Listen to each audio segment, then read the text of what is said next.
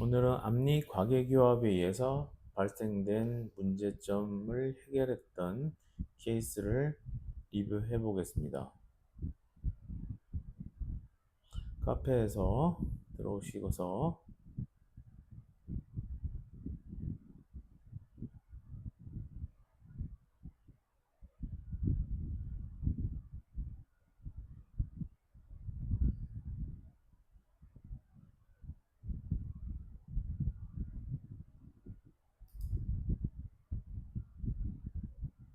앞니 교정, 앞니 브릿지 재치료 케이스입니다.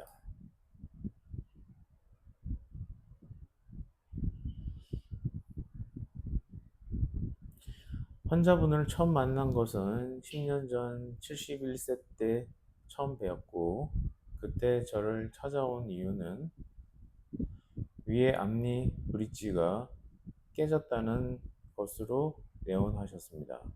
또한 왼쪽 위에 27번 치아에 충치가 생겼다고 해서 내원하신 분입니다.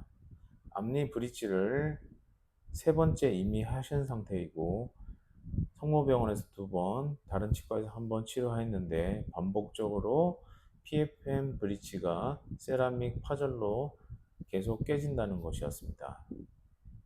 그 깨진 원인은 아래 앞니 때문에 깨지는 것이고, 아래 앞니가에 있는 크라우딩, 삐뚤삐뚤한 것과 위로 돌출되어 있는 상태, 전방으로 돌출된 상태에 의해서 위에 앞니 브릿지에 세라믹이 계속 깨지게 되었던 것으로 판단됩니다.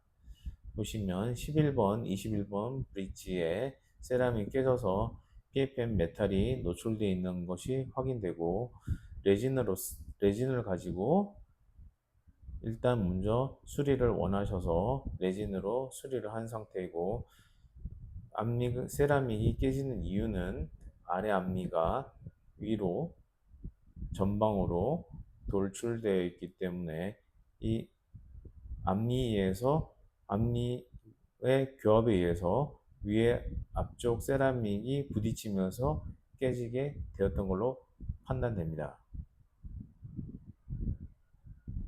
이때 27번 치아에 충치가 생겨서 신경치료하고 크라운 치료 진행하였습니다.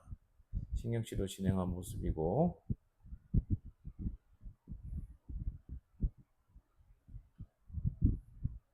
보존과 전문인 만큼 신경치료도 전 잘합니다. 그리고 그로부터 16년 6월 7일 처음 내원하셨고, 그로부터 2년 후에 다시 앞니가 깨져서 내원하셨습니다. 11번의 레진은 그대로 유지되어 있고 21번의 레진이 일부 손상된 것을 확인할 수 있었습니다. 이때는 치료를 제가 아리암니 교정 치료를 하셔야 된다고 설명드렸고, 처음부터 설명드렸지만 환자분은 처음 오셨을 때 레진으로 그냥 수리를 원하셨고, 이번에는 근본적인 치료를 원하셔서 아리암니 교정 치료를 진행하기로 하였습니다. 그리고 왼쪽 아래 치아의 통증은 브릿지에 발생되는 치주 질환으로 인해 통증이 발생되어서 임플란트 치료 진행하기로 하였고, 그리고 치경부 마모증의 레진 치료를 진행하기로 하였습니다. 레진 32번 치아가 31번에 비해서 전방으로 돌출되어 있고, 그로 인하여 교합에 의해서 21번 세라믹이 레진이 깨진 걸로 보입니다. 그리고 치경부 마모증이 관찰되며 환자분은 이걸 치료하기를 원하셨습니다. 저 같은 경우는 치경부 마모증 치료를 적극적으로 권유드리지는 않습니다. 왜냐, 저희에서는 레진밖에 사용하지 않고 지하에는 사용하지 않으며, 또한 다른 치과에서 생각하시는 것보다도 치료는 잘할 수 있지만 비용이 다르기 때문에 저는 환자분이 원하시는 경우 아니고는 치경부 마모증 치료를 잘 하지 않습니다. 하지만 치경부 마모증 레진 치료는 반드시 하셔야 될 치료입니다. 그러나 잘하는 치과에 가서 하시는 게 현명한 선택입니다. 아래 앞니가 삐뚤삐뚤하고 교합평면에서도 위로 높아져 있고,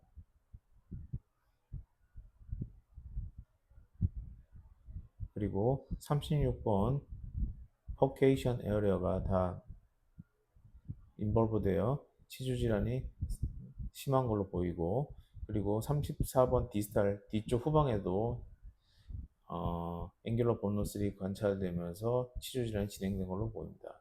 더 이상의 본로스를 줄이기 위해서는 36번 발치하고 35번, 36번 임플란트 치료를 진행하는 것이 현명한 선택입니다. 먼저 교정 치료를 진행하기로 했습니다. 간접 접착술을 이용하여 정확한 위치에 튜브를 부착하고 교정 치료를 진행하는데 31번 치아는 발치를 진행하기로 하였습니다. 왜냐? 공간이 너무 없기 때문에 41번은 발치하고 나머지 치아를 배열하기로 하였습니다. 이렇게 돼 있는 경우 41번을 발치할 수밖에 없는 것은 공간적인 문제도 있지만, 이렇게 삐뚤삐뚤하면 잇몸 질환이 발생되게 되면 주로 31번과 32번 사이의 공간이 없기 때문에 31번에 문제가 생길 확률이 높고, 31번의 치주 질환이 심각해지면 41번과 32번 모두 문제가 생기기 때문에 치아가 한 번에 세 개가 사라지게 됩니다. 그러면 그걸 예방하기 위해서는 31번 치아를 발치하고 교정 치료를 진행하는 게 현명한 선택입니다.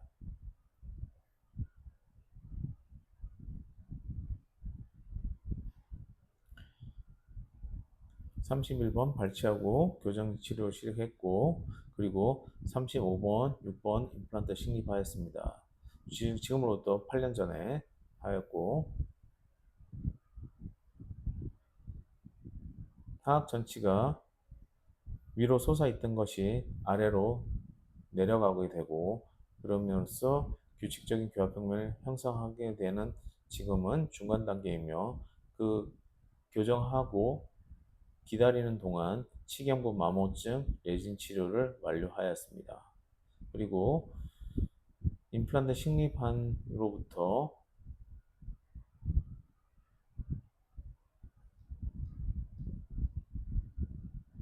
12월 3일 날 임플란트 식립하였고, 보철 치료가 그 다음에 2월 11일 한 3개월 만에 보철 치료를 완료하였습니다. 치경부 마모증 치료를 한 거 보시면 굉장히 티 안 나게 아주 잘 되어 있는 것을 확인하실 수 있습니다.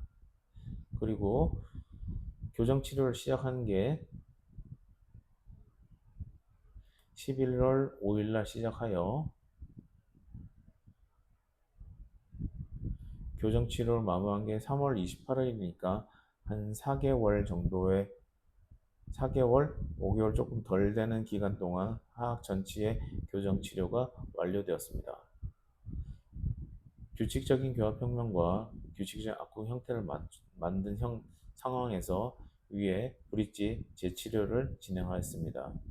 기존의 브릿지를 제거해 본 결과 치아 상태가 썩 좋지는 않았고, 하지만 발치를 하기보다는 재치료하는 것이 현명한 선택이라고 판단되어 재치료를 진행하였습니다.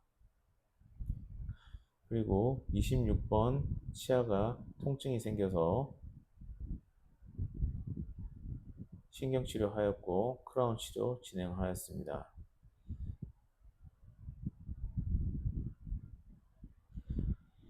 하악 전치의 규칙적인 교합평면을 형성함으로써 상악 전치도 규칙적인 교합평면을 형성할 수 있게 되었고, 결국 안정적인 교합을 형성할 수 있었기 때문에 치료가 끝난 게 19년 4월이었고, 그로부터 지금 최근에 오신 것이 12월 올해 7월 10일, 불과 한 2주 전에 오셨는데 2주 전에 왔을 때도 브릿지가 전혀 문제가 없어 보입니다.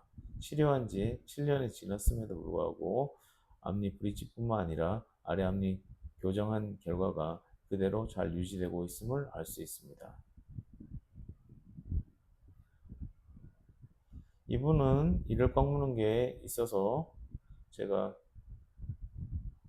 클렌칭이가 이를 꺾는 게 있다고 하였지만 환자분은 잘 인지를 못 하시더라고요.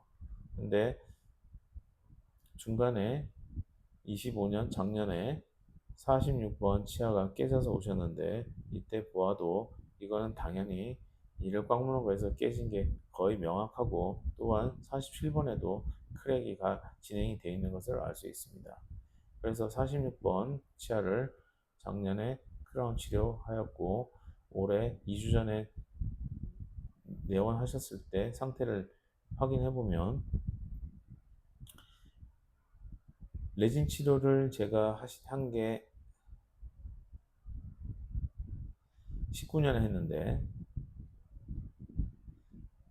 그로부터 7년 지난 레진 상태를 보시면 약간의 변색 16번, 14번의 변색은 있지만 15번에는 여전히 깨끗하고 변화가 거의 없습니다. 또한 24번, 25번에도 레진 치료를 한 게 있지만 거의 변화가 없습니다. 7년이 지났음에도 잘된 치료는 변화가 없습니다.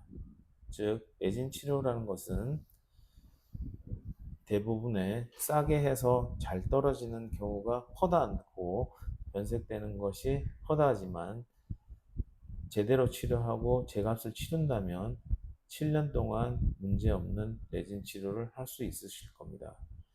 즉, 잘하는 치과에서 기본적인 레진 치료도 하시는 게 현명한 선택입니다. 크라운만 잘한다고 해서 크라운만 잘하는 것이 아니라 기본적인 치료조차도 다 잘하는 것이 잘하는 사람들의 특징입니다. 하나 잘하는 것이 아니라 모든 걸 잘할 수 있습니다. 그리고 환자분의 14번, 16번에도 크랙이 진행된 걸로 판단되고 24번이 충치가 조금 진행돼서 그리고 치아 마모가 심해서 크라운 치료 진행하였고 예전에 보면 지금 2주 전에 온 사진이 24번이고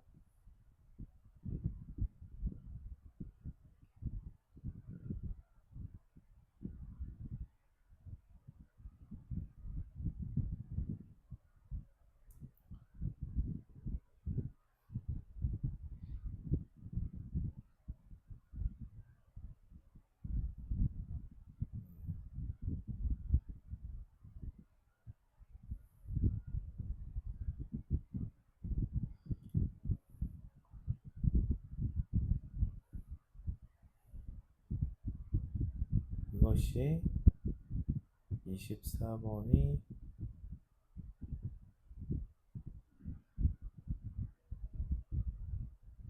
처음 오셨을 때도 약간의 있었지만 이것이 언제냐면 18년에도 조금의 충치가 보였지만 이때는 치료하지 않았습니다. 특별히 문제가 없어서 그리고 그로부터 세월이 지나서 더 진행되어서 어쩔 수 없이 크라운을 진행하였고 14번과 16번, 17번의 크랙은 환자분이 증상이 있을 때 진행하기로 하였습니다. 14번에 보면 크랙이 굉장히 많이 진행된 걸로 보입니다. 예전에 사진을 보시면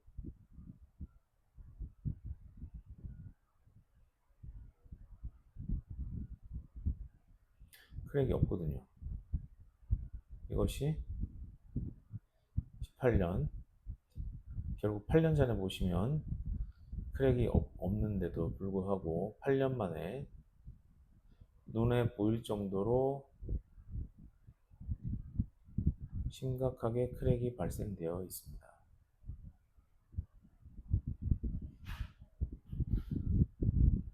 이를 꽉무는 게 있지만 대부분 환자들은 자신이 이를 꽉무는 걸 잘 모르고 제가 주로 이를 꽉무는 게 있다라고 판단하고 환자분께 설명드리면 대부분의 환자들은 잘 모르는 경우가 많습니다. 한 10% 정도 본인이 있다는 걸 깨닫고 있고 하지만 자신들이 제 얘기를 듣고 다시 확인하고 보고 저한테 돌아왔을 때는 80% 이상 이력 방문이 있다라고 하는 것을 인지하고 돌아오는 것을 봤을 때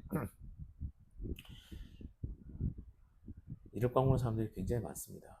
그러면서 크랙이 많이 발생되고 그로 인해서 크라운 치료가 많아지는 게 현실입니다. 임플란트 하는 것도 보시면 7년 전에 한 것이 치조골 상태가 거의 변화가 없으며 또한 신경치료 한 것도 전혀 변화가 없습니다. 2주 전에 제가 아이테로 스캐너 해본 결과 양쪽 교합력 보시면 구치부 비슷하고 소구치 비슷하고 전치부 비슷하고 구치부에서 전치부로 갈 때 교합력이 약해지는 정적 교합의 전후 균형, 좌우 균형이 잘 맞고 있음을 알 수 있습니다. 즉, 제가 보철 치료를 아주 잘했다는 뜻입니다. 결과를 보시면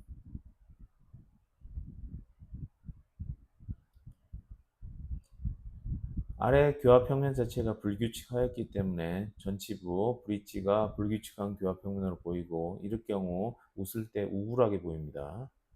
왜냐하면 아래 입술은 아래로 움직이고 위에 치아는 위로 움직이기 때문에 모양이 엇갈리기 때문에 되게 우울하게 보입니다. 하지만 아래 치아의 교정 치료를 이용하여 아래 치아를 규칙적으로 교합 평면을 만듦으로써 상악 전치부의 브릿지를 정상적인 규칙적인 교합 평면을 형성할 수 있었고 저는 브릿지를 하더라도 웬만하면 한 원 피스로 만들지 않고 3피스로 제작하는 것을 좋아합니다. 결국 22번에 문제 생겼을 때 임플란트를 하는 게 하나만 하는 게 훨씬 유리하기 때문에 각각 치아가 문제 생겼을 때를 감안하여 저는 그 문제가 생겼을 때 어떻게 해결할 건지 미리 예상하고 그거에 맞게끔 치료 계획을 세우게 됩니다. 만약에 이거를 하나로 제작하였을 경우 만약에 12번이 문제 생겼다면 전체 브릿지를 다 제거해야 될 뿐만 아니라 치료가 어려워집니다. 하지만 이렇게 됐을 때는 23번과 13번의 크라운은 그대로 두고 12번만 치료를 진행하고 12번 임플란트와 21번 임플란트를 식립함으로써 다시 3개의 치아를 회복할 수 있기 때문에 향후에 일어날 일까지 감안하여 치료 계획을 세우는 편입니다. 치료한 19년의 결과가랑 2주 전에 왔던 결과 7년간의 차이를 보시면 거의 변화가 없음을 알 수 있고 앞서 설명드렸듯이 14번과 26번 레진 변색만 관찰됩니다. 나머지 레진은 거의 변화가 없음을 알 수 있습니다. 파노라마 상에도 교합평면이 개선되었는 것을 알 수 있고 7년 후에 결과를 보셔도 전혀 변화가 없습니다.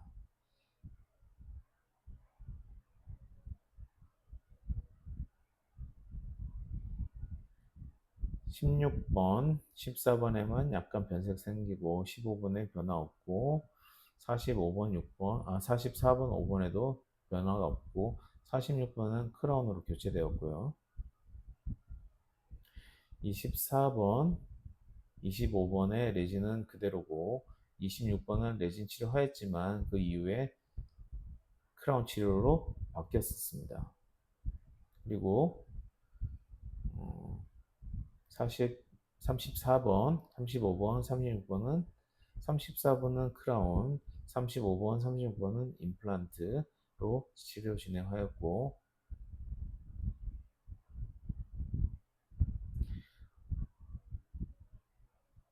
8년 전에도 보시면 약간 거뭇게 보이는 게 충치가 생기려고 하고 있지만 최근에 오셨을 때 더 진행되어서 크라운 치료하였고 8년 만에 크랙이 없던 것이 생겼고 더 심해졌고 여기도 크랙이 지금 더 진행되어 있습니다.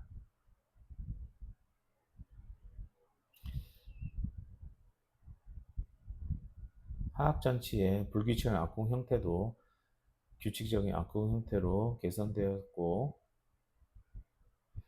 교합평면도 불규칙한 교합평면이 아래 교합평면을 바꿨으며, 즉 교정치료가 필요한 케이스입니다. 하악 전치가 울퉁불퉁하거나 위로 솟은 경우는 항상 상악 전치에 문제를 유발할 수밖에 없기 때문에 상악 전치를 제대로 치료하기 위해서는 하악 전치의 교정 치료가 필수적이고, 그 교정 치료한 이후에 상악 전치부에 크라운 치료를 하든 뭘 하셔야 됩니다. 즉 위에 앞니가 빠지고 브릿지 치료하신 것도 아마 제 생각에서는 아래 앞니 때문에 위 앞니 11번과 21번을 발치하고 브릿지를 하셨을 거로 판단됩니다. 왜냐? 세라, 브릿지를 한 이후에 세라믹이 21번, 11번에 계속 깨졌고, 제가 레진으로 수리한 이후에도 21번에 레진이 탈락된 걸 보면 하악 전치에 의해서 계속 상악 전치를 때림으로써 상악 전치에 문제가 생겼을 것으로 판단되기 때문에 6 유닛 브릿지를 한 것도 11번, 21번이 발치하게 된 이유도 하악 전치 때문이라고 판단됩니다. 왜냐? 하악 전치를 교정 치료하고 나서 8년이 지났음에도 불구하고 아무런 변화가 없다는 것은 하악 전치가 원인이었고, 그 원인을 제거하였기 때문에 그 이후에 아무런 문제나 변화가 발생되지 않았다고 판단됩니다. 즉, 하악 전치의 크라우딩과 수프라 이럽션은 반드시 교정 치료를 진행한 다음에 다른 치료를 진행하시는 것이 현명합니다. 또한 나이가 들면 들수록 하악 전치는 삐뚤삐뚤해집니다. 그 이유는 어금니들이 앞쪽으로 기울어져 있기 때문에 씹는 힘이 받게 되면 앞으로 약간씩 밀리는 힘이 생기고, 그 힘에 의해서 하악 전치는 평생 동안 삐뚤삐뚤삐뚤해집니다. 그렇기 때문에 하악 전치의 교정 치료는 어떻게 보면 나이 드신 분들의 필수 치료라고 할 수 있습니다.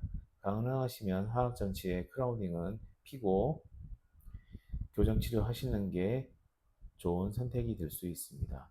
오늘은 여기까지 리뷰해 보겠습니다.